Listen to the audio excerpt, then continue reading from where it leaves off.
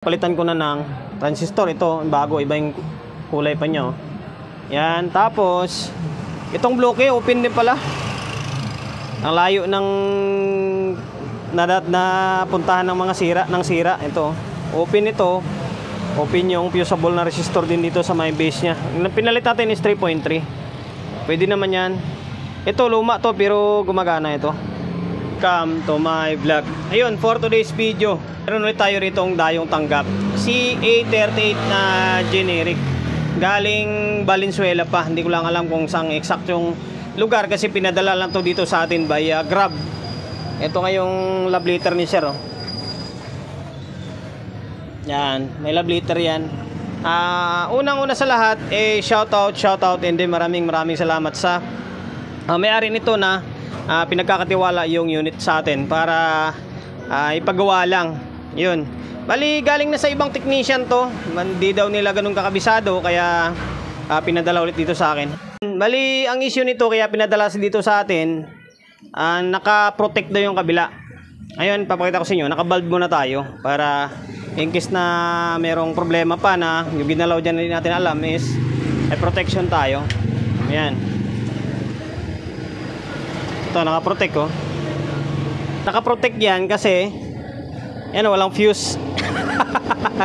Wala kasing fuse, tinanggal nila yung fuse. Hindi nila binalik. Dito, okay. Magkiklip talaga yan kasi wala siyang fuse. Ayun, yun yung mission natin for today's video na sana maayos natin. Then, sabi ni Sir nito kung sakali, i-fix bias na lang natin. Yan, inulit ko yung may-ari mismo yung nagsasabi sa atin na ipapa-fix bias nila yung unit nila, hindi yung tayo.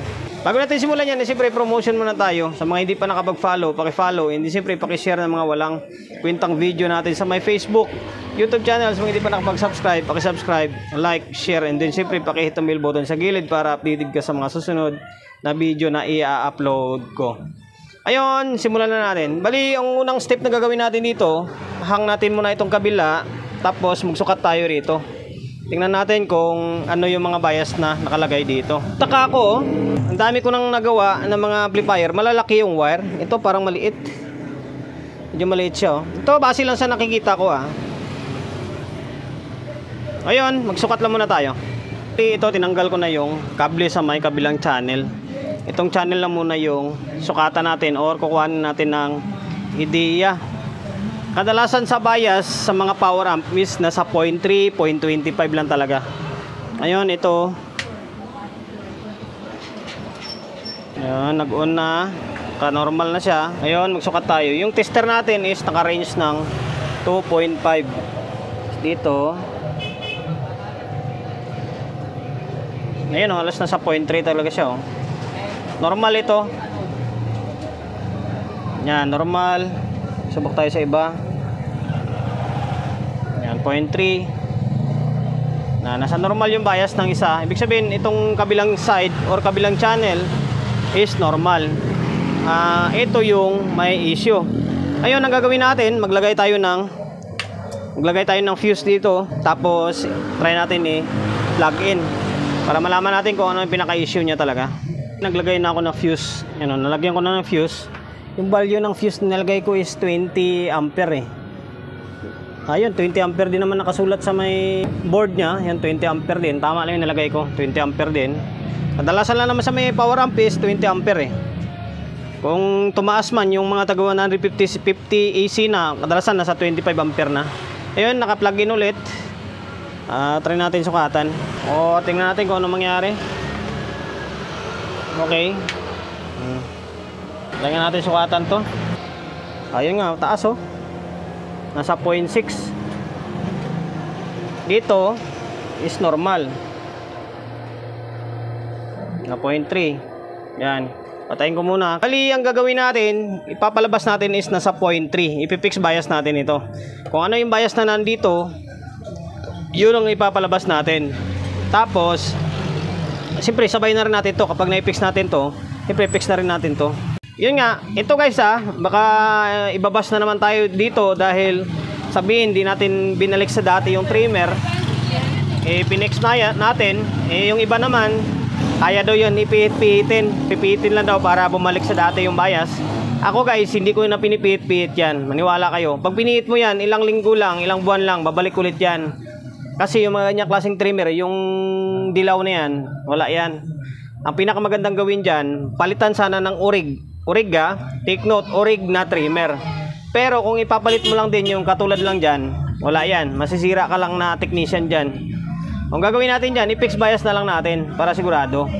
Ayan, bahala kayo kung ano yung sasabihin nyo. Ngayon, stay tuned lang kayo. Bali, babaklasin ko lang muna itong board. Ito, nabaklas ko na yung isang board. Ito yung board na yung may problema. Yan, ito yung good. Ngayon, hindi ko na muna binaklas sa may wire nya. Ito, magsusukat muna tayo. Yan, pinalitan na natin ng fuse to. Try nga natin kung bakit hindi siya normal.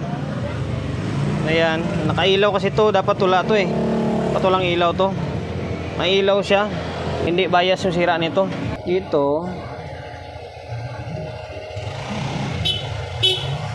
Dito baba to, 50 volts lang to dito sa may positive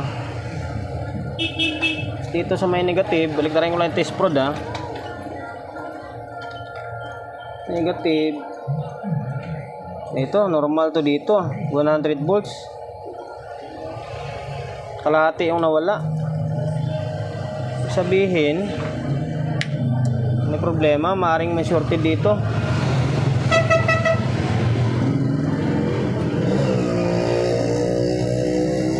Baka may shorted dito sa may MOSFET nito.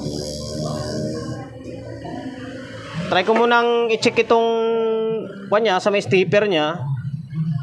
Mababa dito, 100 lang dito sa may positive, dito sa may negative. This 100 dito sa may positive. Dito sa may kabilang side is 50 lang. Troubleshoot muna natin ito. Try muna, mag-focus muna ako dito sa may stepper. Bali, eto, meron akong nasagap dito na shorted. Ito, naka-buzzer mode tayo. Ito, MOSFET na IRF na 250.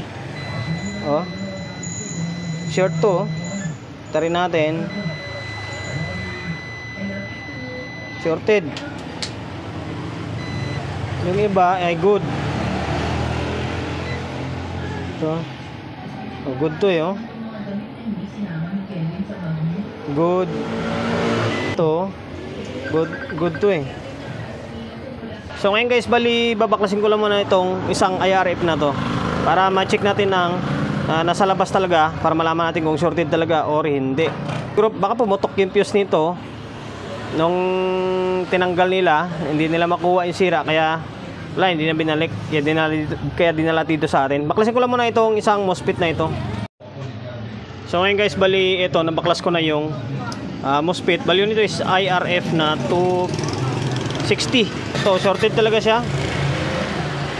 Itong isang paa niya, oh. Ayan, oh, may buzzer, oh. Kahit baliktarin mo yan, shorted talaga siya. Oh, yan. Oh. Yan, shorted talaga. Ngayon, palitan ko lang muna ito. Hanap muna tayo ng pamalit para malaman natin kung may problema pa na iba.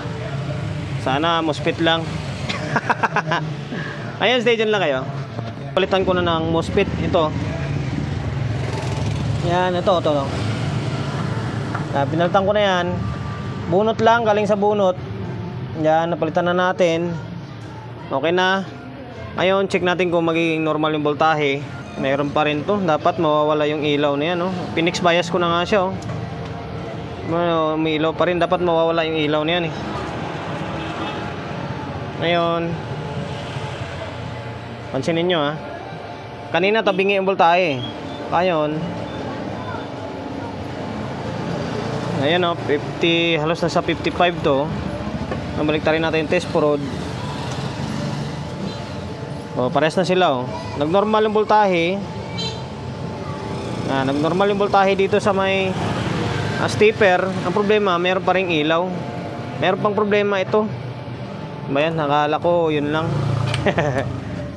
Tapos sunod na step na gagawin natin, check natin tong mga output.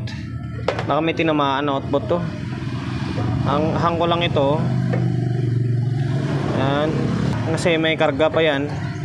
Natamad ako mag hatak ng wire kung may shortage yung output. Yan, naka buzzer mode tayo. Dito tayo mag check sa may diode. O may buzzer, wala. Dito wala. Dito kaya wala rin naman Ngayon hanapin ko muna yung sira nito bago ko ipakita sa inyo. Pambira papahirapan pa rin ito, lalo ito mga SMD Pag hindi natin mahanap yan, magsusuyod tayo dito sa may pinaka amplifier nya. So ngayon guys, bali ito, pinaklas ko na yung pati yung kabila para may paggagayahan na ako. Ang hirap na niya i-trace Dito, meron ako nasagap dito, may shorted dito. Tapos ito parang nagiging open ito Ito, makita ko sa inyo. Hirap talaga gumawa ng mga SMD. Ito sa may base to Ito, base to. Tingnan mo ang kinaibahan nila. Yan. Dapat shorted yan. Ito yung good Ito yung good board yan Kasi fusible lang ito 10 ohms or 5 ohms lang ito Yan Yan. Ito naman wala na, nag-change value na siya baba. Tapos shorted dito. Shorted na siya baliktarin natin. Yan, tinanggal ko na itong bloke Ngayon babaklasin ko lang muna ito. Tapos itong resistor palitan natin. Sana yan lang. Kasi ganun pa rin hindi ko makuha yung sira. May bias na siya. Ang problema, tabingi. Pinaklas ko na. Sira nga talaga. Dito galing yan Sira. Tapos tinanggal ko na ditong dalawang 5 ohms yan dalawang 10 ohms na nakaparallel. Palitan na lang natin ng 3.3 mamaya yan. Ito, pinaklas ko na. Pasensya na kayo medyo baka magalaw yung camera natin. Ito. Yan. Ito na nga sa baba. Ito. Ito. Dito na nga. Dito na lang para malapit sa tester. Ayan shorted to.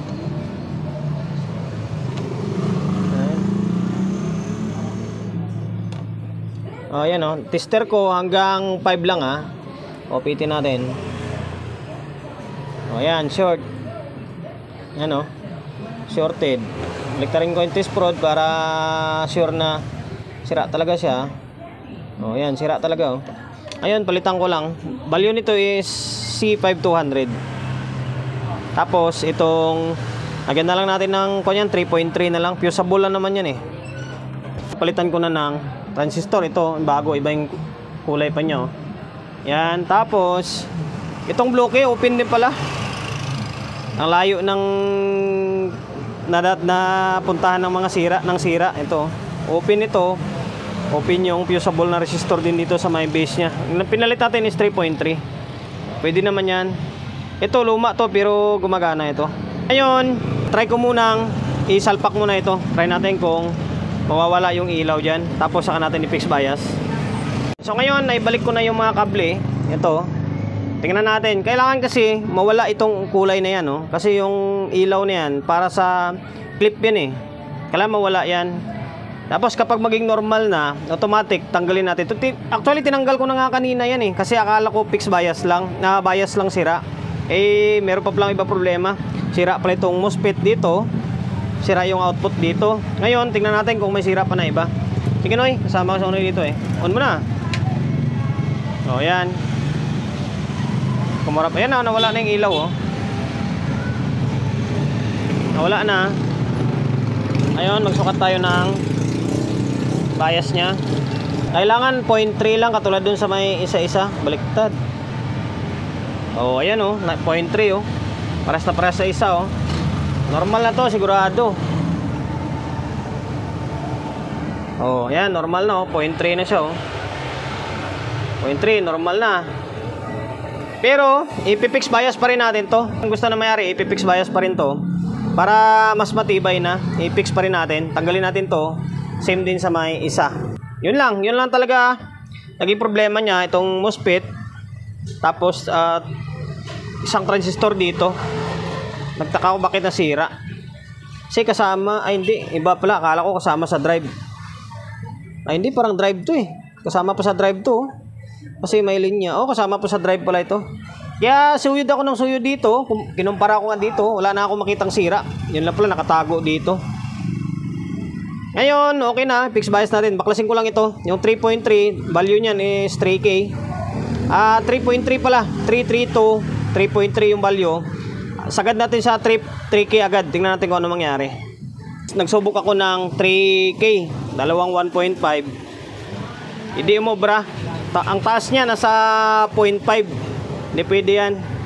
Kaya bumaba ako para hindi na umaba yung walang kwentang vlog natin. Pinagsak ko siya ng 2.7. Ayan o. Red, violet, red. 2.7 ha. Kasi sa CE20 yata na ginawa ko. CE18, CE20 ginagawa ko. Halos 3K ang nilalagay ko eh. Kaso mag-iiba talaga yan kasi iba yung transformer. 135 yung supply nito. Kaya magkaiba sila ng biasing. Yan, 2.7. Ayun, suka tayo. Sige, Noy. Yan, umilaw yung bulb. Kailangan talaga wala yung ilaw niya, no? Hindi siya magki-clip. Yan, 2.7 ang nilagay natin, ha. Yan, 3.3 siya, Yan. Pares na sa isa yan. Sapul na sa isa yan. 0.3. Katulad ng sa kanyan, nasa bias ng nasa stock na naka-trimmer pa. So ngayon okay na ito. Patay mo muna, Noy. Sabay ko na lang din ito. Palitan ko na rin ito. Tapos sabay balik sa casing. Diretso na tayo audio test. Napalitan ko na rin yung isa. Yan, naka-fix na itong kanan na channel o right channel. Yan, ito yung may sira. Yan, naka-fix bias na. Yan, nornilyo ko na. Ngayon, yan, tingnan natin kung parehas yung bias nila. Ito, ayan 0.3. Tapos dito tayo. Ayan 0.3. 0.3. Parehas na parehas lang dito sa may isa. Walang labis, walang kulang. Ngayon, try kong lagyan ng maglagay tayo ng speaker para malaman natin kung may audio na siya or wala pa. Yan. Stay tuned lang kayo, maglalagay lang ako ng speaker. Bali, nagkabit na ako ng speaker. Tapos audio source natin, itong cellphone natin na isa. Dalawang sub ko na yun sa ilalim. Yan yung nakakabit. Yan, tingnan natin kung magiging normal yung audio nya. Sana may audio na para hindi na tayo lalo pa mapahirapan pa. Yan, play ko to muna. Yan, ngayon ito yung channel na walang problema. Yan. Okay, ito. Yan, may audio na siya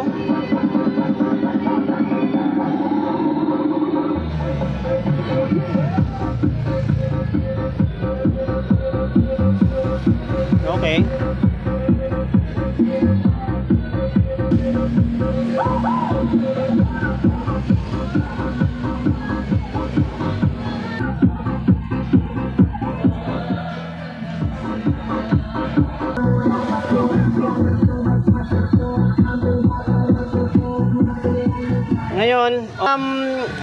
Ngayon okay na ito. Bali nag-issue niya is yung MOSFET sira. Tapos yung output transistor or power transistor, yan lang. Tapos bali pinix bias na natin yan. Ano isa? Yan. Ayun, sir from Valenzuela City. Bali okay na yung CE38 mo. Bali okay na, back to normal na. Okay na, tumutugtog na siya. Maraming salamat sa pagkakatiwala mo ng unit mo rito sa akin. Motion, bago tayo magtapos, siyempre shop natin always on the go na 24/7. Sa mga gusto magpa-prepare along sa Oyo, Quezon City is number 41 Don Julio Gregorio Street, sa Oyo Road, sa Oyo, Quezon City. social media pages natin. So, kung hindi pa nakapag-follow, paki-follow. Hindi siyempre paki-share ng mga walang kwentang video natin sa my Facebook, YouTube channel. So, kung hindi pa nakapag-subscribe, paki-subscribe, like, share, and then siyempre paki-hit ng bell button sa gilid para updated ka sa mga susunod na video na i-upload ko. Ingat, God bless, and then peace sa atin lahat.